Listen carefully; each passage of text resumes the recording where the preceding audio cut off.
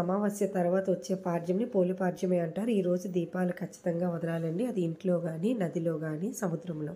So పోలి స్వర్గం వీళ్ళు కదా, అందరూ వినాలి.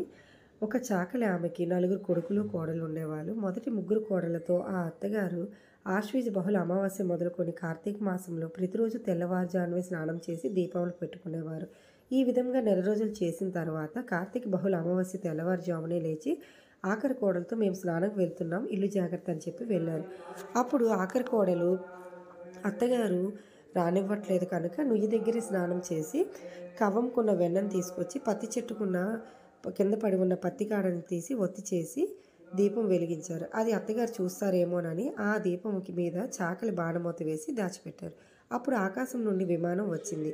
ఆ 4వ కోడలు విమానం ఎక్కి బొందెతో స్వర్గం వెళ్తున్నప్పుడు నదీ స్నానం చేస్తూ దీపాలు వదులుతున్న వాళ్ళందరూ చూసి చాకలి పోలి స్వర్గం వెళ్తుంది, చాకలి పోలి స్వర్గం వెళ్తుందని అందరూ ఆశ్చర్యపోయారు.